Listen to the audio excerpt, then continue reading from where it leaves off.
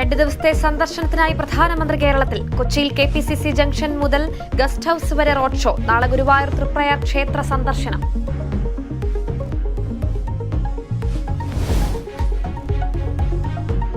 MT Vasudevan നായർക്കെതിരെ രൂക്ഷ വിമർശനവുമായി G Sudhakaran.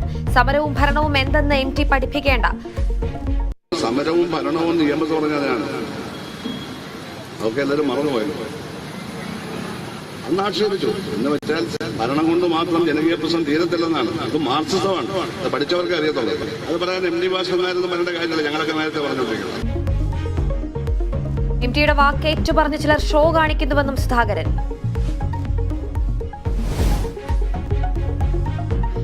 Youth Congress സംസ്ഥാന അധ്യക്ഷൻ രാഹുൽ മാങ്കൂട്ടത്തിൽ വീണ്ടും അറസ്റ്റിൽ. 3 കേസുകളിൽ കൂടി അറസ്റ്റ് രേഖപ്പെടുത്തിയത് പൂജപ്പുര ജയിലിലെത്തി.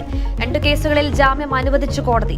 കോഴിക്കോടും തൃശൂരും പത്തനംതിട്ടയിലും യൂത്ത് കോൺഗ്രസ് മാർച്ചിൽ സംഘർഷം.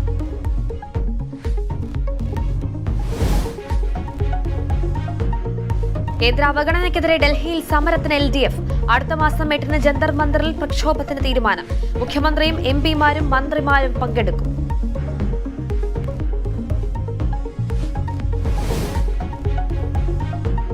പുതിയ പാഠപുസ്തകങ്ങൾക്ക് കരിക്കുലം കമ്മിറ്റിയുടെ അംഗീകാരം. പുസ്തകങ്ങളിൽ ഭരണഘടനയുടെ ആമുഖവും മലയാളം അക്ഷരമാലയും ഉൾപ്പെടുത്തും. പാഠപുസ്തക പരിഷ്കരണം 10 വർഷത്തിന് ശേഷം.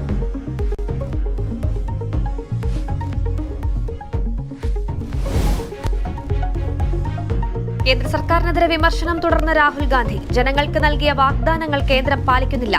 ലോക്സഭാ തെരഞ്ഞെടുപ്പിൽ ഇന്ത്യ മുന്നണി വിജയിക്കുമെന്നും രാഹുൽ.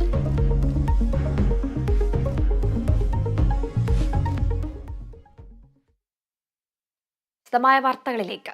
2 ദിവസത്തെ